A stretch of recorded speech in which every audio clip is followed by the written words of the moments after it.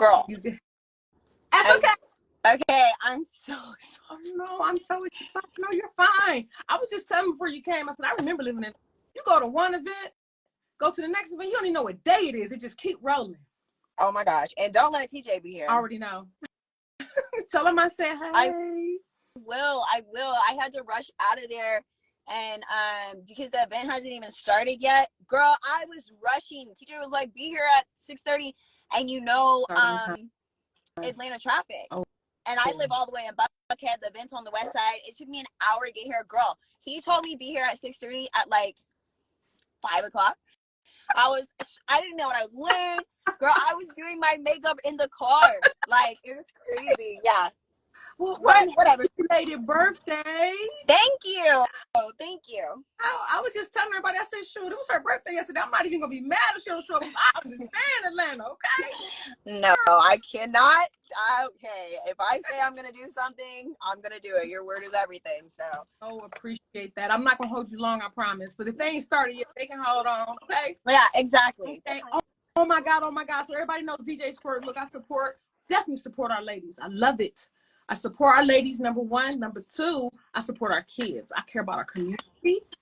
And these interviews are great because we need that positive. You got that positive influence already now. Yeah. So we need that positive influence. My interviews about telling your story who you are. So these children and people that see you admire and understand who you are. You understand? Yeah. So I already know. I already know. I'm like, TJ, I need her. Okay. All right. So what I want to do, I want you to introduce yourself for those that have been under a rock that don't know. First of all, tell them who you are, who you're working with. Give us a little bit of insight on how you got into this. Yeah. So my name is So Candy. I am originally from a small town in Illinois called O'Fallon, Illinois. I've been navigating through the industry for years and years and years and years and years. And I finally have, gotten in a good spot and gotten with a good group of people who really support me. TJ Chapman, Chop Beckham, they are, my support system. And right now we're just rocking and rolling. My single that we dropped last year, Tastes Like Candy, did really well. We're getting ready to drop another single February 2nd. So I'm super excited about that. So we're just rocking and rolling right now. You are on fire, and you are with one of the best in the industry, especially on the independent level. Mm-hmm. He knows, TJ, that I love him.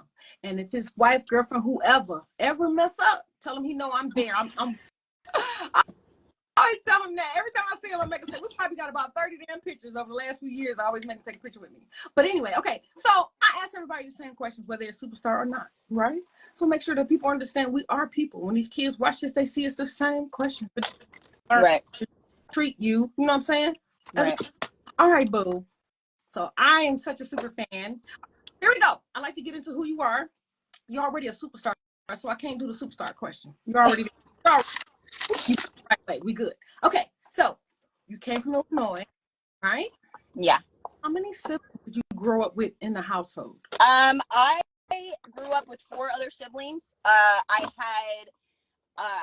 have 2 older brothers, 2 younger sisters, and I'm the middle child. So that was my question. I was gonna say I'm the cutest nerd you ever meet, even though you're just so well, the cutest nerd. That all those people that are definitely gung-ho and superstars in this industry, there's a number child that's a common denominator. Oldest, middle. Yeah. That's my theory. I love it. And you fit my theory. See, I know what I'm talking about, right? Yeah. All right. Everybody knows that DJ Squirt is about sharing who you are, where you're from, your challenges, struggles, and success to show you're a real person, like to groom and be that inspiration to someone else. So here we go. These next few questions that I asked, if you had any challenges in these areas, anything that you had to experience and overcome, tell me what the experience was and how you overcame. So first question. Okay, go ahead. Sorry. Is how was school for you? Were any challenges in school? School was, in terms of the curriculum, not bad. But stupid at all. You had that. Well, it's not hard for me to pick up things. I pick up things very quickly. I'm very good at, collecting data, organization, those kinds of things. But my social skills, Mm-hmm. terrible. Yeah, terrible. I'm talking about like, I was supposed to skip a grade. I know it's not, it was like the first grade. I was supposed to skip a grade, but, and I know that's not like huge, but I couldn't, I wasn't allowed to because like my social skills were off. They wouldn't let me. I was too shy. Yeah, it was terrible. And then, you know, in high school, I just remember being kind of like a loner. I was always a loner. That's because I grew up with two brothers. They were kind of doing their own little thing, and it's like I can't really hang out with the guys, and I didn't really know how to communicate with women. It was just like very difficult for me. And you know, I don't know, like socially, I'm just socially awkward, and that's just been me my whole life. I was a military brat. I moved from state to state. You know, it was just, yeah, it was very difficult for me. So in terms of like comprehending like things in school, not hard. Okay. But like making friends and things like that, I struggled with that, and I still will struggle with that. That's awesome.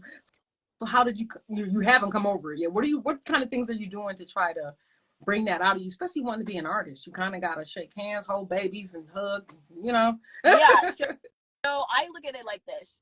Candace, which is my government name, is like me, you know what I'm saying? But my alter ego is So Candy. Okay. So like when I'm So Candy, you know, it's like I could do anything, you know what I mean? Like I'm not scared to talk to people, you know. And then it's gotten to a point now where it's like I don't, like, people know me kind of thing, you know. And so it's like people will come up to me like, hey Candy, how are you doing? You know, and it's just like second nature to me now, you know what I mean? So it's not really that difficult. And then social media has also helped out a lot, you know. Like some people don't like it, but you know, it's kind of easier to talk to people on social media, you know what I mean? So I mean, it's gotten easier over the years. I've gotten better with it, you know. Okay, that's dope. Well, that's good, because I'm sure there's a lot of people that are like that. Like when I was younger, you wouldn't believe I run my damn mouth right now. When you said that, I could relate. When I was younger, I wouldn't talk to people, and they thought I was crazy. They look, I just be looking, like, I get it. Okay, dope. All right, so school was great. Mom and dad in the home. Well, my father was in the military. He was in the Air Force for 27 something years, and my mother, she kind of raised us. My mother and my father got divorced when I was 3 months old. So it was like, he wasn't really around until my mom, she ended up going to prison. And so I had to move with my dad. And after that, you know, I stayed with my dad for like maybe 2 years. My mom got out of prison. We came back, and I don't know. It's just, that's a struggle. Yeah. Ooh. Yeah, it was bad because my mom went to prison at the most crucial times for me as a woman. What was the most crucial time for me as a woman? What was your age? I think I was like 11, 12, like something like that. You know what I mean? Yeah. I mean, I had started my period. My mom was in prison. I was getting ready to say, how did you get that nurturing for the womanly thing that we need as women, being that young? My brother. I remember I was in the bathroom at my dad's house, and I didn't know who to tell. You know what I'm saying? And I just was like, my brother, his name is Wendell. I was like, Wendell, I just started my period. Like, and so he like helped me through the whole thing. And you know, awesome. Yeah, and you know, like for me, like I was the middle child, like we talked about, and I have two younger sisters, and my youngest sister, my mom was in prison when she was like tiny, you know. So all she can remember is like I never had a mom growing up, you know. Like when she would go to school and moms would have conferences and things like that, her mom wasn't there, so she is kind of like bitter about that situation.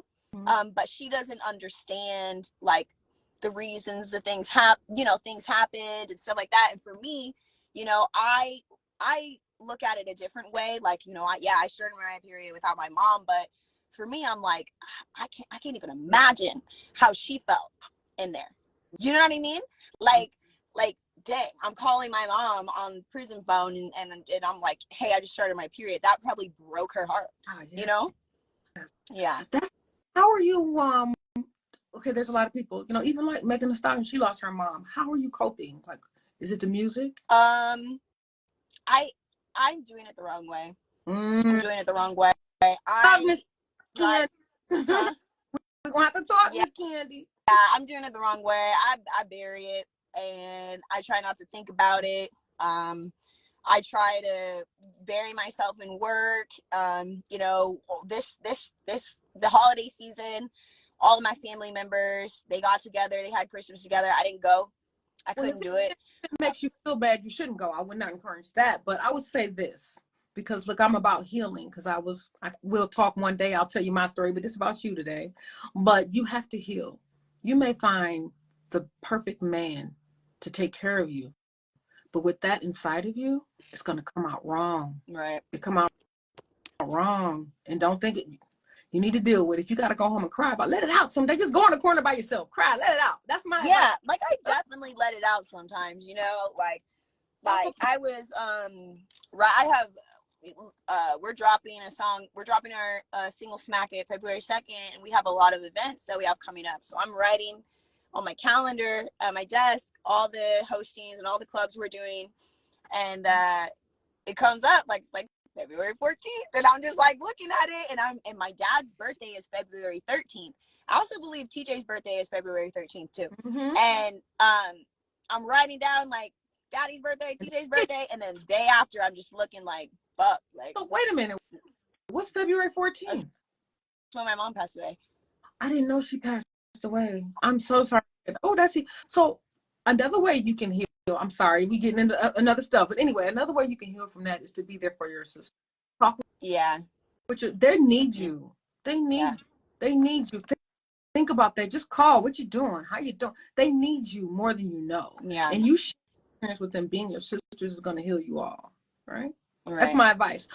All right, boo. Okay, sorry. All right, no, that is so dope. But you see, but that's part of your legacy. That's part of your success. You think about it. And if you don't deal with that and you get to a particular level of success, here it comes, knocking you off your block. Work on it. Because I was telling everybody before you got here, okay, we're gonna change that vibe. I was telling everybody when you got here, I said, oh y'all, she's so dope. Like, you know, women like me, like I always try to do things to lose weight.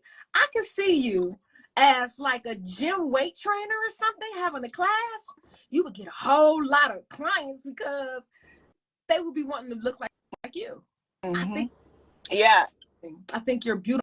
You're amazing. Your spirit is amazing. So your music's going to be amazing. But definitely work on whatever issues you may deal with personally and heal yourself so that you can be that glow and inspiring someone else. And that's how the devil get in and knock you off your block. I don't know who you pray to, whatever, but that's what I do. Okay? Yeah, thank you. And keep going. I love the song, and I can't wait to get the new song. Make sure TJ told me you need to send that to me. I seen it, but I didn't get it yet. Yeah, but I can send it to you. We have the pack. We're sending it out now, so I can send it to you. Most definitely. All right, so here we go. Ooh, you had some challenges, baby. You got some things to work through. So this music industry. Now, everybody has what's called that aha moment, meaning how you got into the vibe and say, you know what, I'm going to be a dope ass artist. I'm going to dance, I'm going to sing, I'm going to write my stuff. Like, what were your inspirations? What inspired you to do this? And what was that moment, like what took place to make you jump out here and do it? Okay, so I've always had a passion for music. Since I was little, I've always loved music. I've always, I was always watching music videos and inspired by cool choreography. The Sierras, Britney Spears, Beyonce's, like all those, like J-Lo, like I was always like tuned in to that kind of stuff, And when I was 7 years old, I wrote my first song, and I got in trouble. My mom gave me a spanking for it. It was terrible because it was about sex. I was like, yeah, no kidding. And so I got a spank.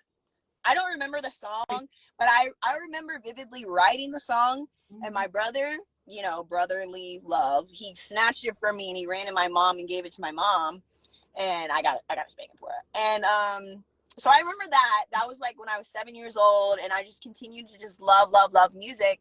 And I always wanted to perform. I've always loved performing. I was a gymnast. I was an elite gymnast growing up. That's why I could do flips and stuff. And then after gymnastics, I started cheering for my high school cheerleading team. I made varsity my freshman year. I was captain of the cheerleading team my senior year. And, you know, I continued in college. I cheered at the University of South Alabama, and then I went pro. South Alabama. So I cheered for the Houston. Yeah. I cheered for the Houston Texans. And, you know, when I made the Houston Texans cheerleading team, that's when I said I felt like I can do anything. So that's when I decided, you know what, I'm going to go for my music career. This is something that I've had a passion for my whole life. If I can do this, I can do anything. And then also I was building like my Instagram, you know, I was gaining a lot of followers at the time, and I was just like on top of the world. And I was just like, yo, I can do anything. And so that's how it happened. That's how I just like jumped off the porch. You did more than jump off the porch. You took somebody's car and drove off the porch. Like yeah. I love it. Like when I was like, oh my God, she's so dope. Now, tell me how you got connected. Now, make sure you tell Trap Beckham with his little bow-legged self that DJ SQUIRT said, hey. I tease him forever, all the time. I don't do nothing, but I do all that talk. If you get the notice seeing a lot of me, I flirt with everybody. It's all fun. But anyway, I've been saying it for like 5 years that I love him and I'm his girlfriend. When I DJ, I always play his music in there. Yeah. And you tell TJ DJ SQUIRT is in love with his bow-legged self. Okay. All right. Wait, TJ or Trap? Not TJ. Trap. Not TJ. I'm so used to saying them together. My bad. Trap. Trap of his chocolate bow-legged self. Okay. Yeah. TJ, no, I just talk trash with TJ. But anywho, so look, tell me the story. How did you get connected with TJ? Okay. So really, okay. So the reason why I got connected with TJ is because of Trap. So how I got connected with Trap is we were both in Atlanta, you know, and Atlanta's got a lot of music, just like the one I'm at right now, you know, a lot of music events, a lot of stuff happens out here. So I was in Atlanta, and actually I had got booked in Colorado. There's a DJ, his name is DJ K-Tone out in Colorado, and I got booked out there for his birthday bash. And so I went out there, you know, everything was great. Hospitality was out of this world. I just had a great time. Came back a couple weeks later, DJ K-Tone came to Atlanta, and he was like, yo, you know, I need you to come perform your song at this event. Meet me there. So I was like, cool. Met DJ K-Tone there. We walked in together, whatever. And it was like one of those events where they like play your song on Shade 45. You know, Tony Neal was there. It was like one of those events. And so I started performing, and here goes Trap Beckham, like walking up to me, like as the mic's in my hand, and he's like looking at me, like all up in my face or whatever. As I'm performing, we ended up exchanging Instagrams. Okay. At this time, you know, he was like, hey, you know, basically he tried to connect with me. Things didn't work out because, you know, it's weird in the industry, you know, like I was actually in a relationship. I was dating got Nico London from Love and Hip Hop. I was dating him at the time. And yeah, I know. And so I just wasn't entertaining Trap Beckham, you know. Right. And so years go by, literally, like 2 years go by, and we end up seeing each other at another event. And we basically sat down next to each other, and he was like, all right, Candy, what's going on with your career? Like, he's like, you're dope. Like, you know, you can rap. Like, what is happening? Like, why? What is going on? So we started talking, and I just was telling him all the trials and tribulations that I've gone through, you know, in the years and things like that. And he was just like, well, let's just get in the studio. Let's listen to some of your music. Okay. We ended up listening to some of my music, and he was like, you know, we need to work. So we ended up getting in the studio, the first song we made was Taste Like Candy. Very first song we made. And so I ended up he ended up sending the song to TJ. You know, I don't even think TJ listened to the song at the time. He was just like, whatever, it's just some girl that he did a song with, whatever. But me and Chop continued to make music. And South by Southwest, this was around like January last year. So South by Southwest was coming up, and Chop was like, yo, you need to be at South by Southwest. And I was like, okay. So I, you know, booked a flight out there, booked my hotel, all that. And I was like, okay, I'm going to go. Like, you know, Chop says I should be there. I should probably be there, you know. That's amazing. So he was like, you know, I could probably get you on some stages to perform. And then I had a couple of friends out there that were going, and they were, you know, going to let me like be on stage and perform and stuff. So I was like, all right. Ended up going out there, performed with a couple of my friends. I performed with Trap twice, I think, at South by Southwest. The first time TJ was there, he saw me perform. You know, he was cool. He was like, whatever. The second time I performed, that's when he was like, nah, like, okay, I want to work with her. So that is how me and TJ, that's how TJ discovered me. Okay. Pretty much the Trap, you know, and it's been history since then. That is so dope. Like, you got connected with he is one of the best. Trust me, that's why he didn't pay attention to you at first. You know how many people run up on him in his DM, in his inbox, calling him? Everybody be in his face. I love it because he's very successful, known for BLB. We already know. Yeah. Nobody label, and he killing them. So it's amazing. That's awesome. I'm so excited for you. I might make it to South by Southwest this year. I don't know, but I know next year I'm going to have a stage. I got you. I'm definitely going to do that. Okay, boo. So let me hurry up. I know I done took a lot of time. You are amazing. I'm so excited and just so blessed to have you on here. I think it's amazing. Your story is powerful. I will be tapping in with you, like how you healing, how you feeling, what's going on. You know what I'm saying? Yeah, of course. Say hey, no big deal. But so I'm going to finalize this up. So I do teach kids. I have a school here in Ohio called the DJ SQUIRT Academy. I work with foster home detention home kids, and I use music to tap into their minds and get them successful so their brains can grow and deal with whatever traumas they've been through versus live through the trauma as an adult. Right. I'm a bad bitch. I'm a bad bitch. Okay, so so are you, girl. You are the girl. Okay, so what I like to do is I ask this question because a lot of our youth, they don't even have the experience of even having $10,000, $1,000 in their hand. When I graduated from high school, shit, I had credit cards in the mailbox. I was $60,000 in debt before I even knew what to do with it. You know what I'm saying? So it's very important. I like to ask this question just to see what you would do. Now, I'm your best friend, right? And then I call you because you know what Magic City is, yeah? The strip club? Yeah. Okay. So I was working at Magic City. Hypothetically, this is just a joke, just to be talking. Yeah. But you know, you might see me in that twerk. I don't know. But look, so I call you next door like, girl, this man really like me, and I promise I ain't do nothing. But check your bank account. I sent you some money, right? Right. I was so, you got $30 million in the bank. I have $30 million in the bank? I sent you $30 million, right? So listen, listen. With all that's going on in the world, what the hell would you do with $30 million to help support your community? Or what would you create to help the community? So I've already created something. It's called So Candy, So Thankful giveaway. This last year for Thanksgiving, what we did is me and Moji Gang came together, you know, and we gave away free hot plates to, you know, those in need. It's on my YouTube. You can go look at my YouTube and see it. It's called So Candy, So Thankful giveaway. And we gave away blankets as well. And so I think what I would do is I would just make that a bigger brand. And I would do something multiple times a year. It wouldn't just be like for Thanksgiving, because all of that came out of my pocket. And, you know, I'm an independent artist.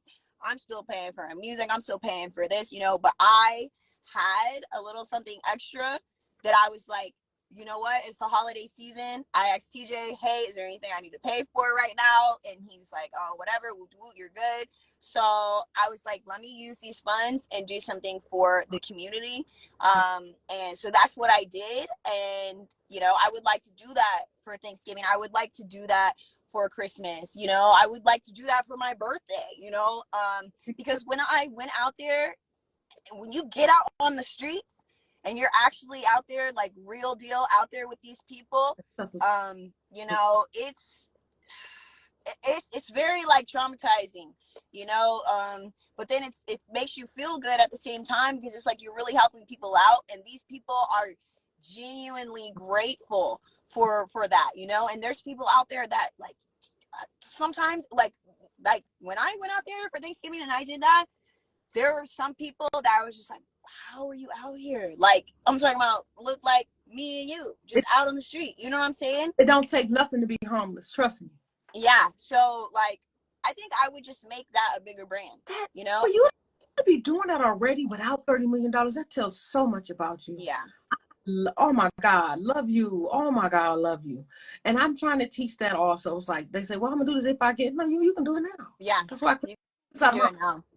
I'm talking about we cooked turkey, we had green beans, mac and cheese, we had some gravy, what else do we have? Oh girl, you know what I'm saying? Potatoes and frozen. Y'all did the good stuff, right? They were so happy, and they were asking for seconds. You can see it. You could just go watch the YouTube video. It was, yeah. You go check it out. Yeah. Yeah. You are so amazing, and I see right now you're gonna be, oh my God, just the greatest. Thank you. You know, I'm adding you to my prayer list to keep that going, because this industry is hard, especially on us women. Mm-hmm. Oh, did I mention I'm the regional vice president of the nervedjs, one of the largest DJs worldwide? I do a lot in the industry. That's awesome. Make sure you tell TJ to bring you guys live in the studio on my radio show. We have a ball up in there. Where is that at? In Cleveland, Ohio. Okay. Oh, in Ohio. So you're out in Ohio. I've been getting on his nerves. He gonna put it on the schedule soon. I've been getting on his nerves, but yes. Okay. Hey, Squirt said. Okay. Oh my God, thank you so much for your time. Thank you for sharing your life, because you don't know, when I play this back or post it up on YouTube and stuff, how many people come at me and go, dang, that was a dope interview. Oh my God, I love her. You're already amazing. A lot of people love you. I appreciate you. I look forward. This is the time right now. I look forward to meeting you. I was going to say, I'm so combobulated up here. But this is the time right now that I'm going to give you the floor. Let's pretend you at the Grammys, baby. At this point in your life, this is your time to tell who you're thankful for. You know, say whatever you want to say right now. It's yours. Let's go, baby. Yeah. So first and foremost, I'm thankful for my supporters. I'm thankful for my fans. I'm thankful for God. I'm thankful for my mom, like guiding me through this. I know she's guiding me through this whole thing. It's sad because, you know, one of the biggest turning points in my career was when I dropped Taste Like Candy, and my mom didn't even get to hear the record before she passed. Damn. I believed in that record so much that, and like coming from where I come from and my family, you know, my mom was very big on going to school, you know, getting your degree. And I was kind of like the outcast of the family. I was the rapper. And everybody's like, what is she? You know what I'm saying? And so nobody, like my family didn't, I'm not going to say they didn't support me, but like, you know what I'm saying? It wasn't like right away until it really did something. Got you. Exactly. And so I was so confident in the Taste Like Candy record that I didn't want her to hear it over the phone. I wanted to be in person and get her reaction. And so I waited, and, you know, she ended up passing before she could hear it. So, but that's either here nor there. You know, my mom is guiding me through this right now. I wear her ring every single day. And my fans, my supporters, I could not do any of this without them. You know, TJ and Trap Beckham, like, these are my like rocks, man. They have really shown me, just because I've been in the industry for so long, and I've been I've dealt with so many people in the industry, good and bad, and going from being in really bad situations and knowing what that feels like to finally being in a positive situation, something that's good for me and something where I'm actually seeing results is just, I mean, I can't even tell you how appreciative I am of those two men. It's so crazy. Yeah. Oh, I'm sorry. Go ahead. I'm sorry. Yeah. No, that ain't unthankful for you. Thank you for having me. Thank you for this opportunity. You know, I'm just really grateful. I am so grateful for the position that I'm in, and I'm also very I say this with as much humility as possible. You know, I just genuinely am still learning every single day. You know, I'm a student of the game. I am, you know, salute to everyone that's doing their thing. Whatever Trap and TJ need me to do, I'm there to do, no matter what. You know, I never think I'm better than anyone. I just want to win, you know, and whatever that takes, that's what I'm gonna do, as long as it doesn't go against my morals or anything like that, you know. Right. I'm gonna do what it takes to win. And because these two men have put in so much time and energy for me that it's like I cannot disappoint them. So like I'm just working really hard right now. You know, God bless you. He put you with two of the best. I'm telling you, two of the best in the industry. I don't care what nobody say. I know a lot of people in this industry. I am 53 years old. Trust me, I know. I was an artist. I've done a little bit of everything, and I'm happy for you. But I do look forward to him bringing you to Cleveland so I can have a live interview with you. Like, your energy is amazing. I'm happy for you, man. Thank you. Just thank you. Thank you for your. Thank you for that. I'm gonna tell you another secret. Okay. This industry needs you. They need you. They need the artists. Yeah. So, careful when they come to tell me, oh, I got something for you, like they're giving you. No, some things are an opportunity. You got to evaluate it, lay it out, because you already got a plan.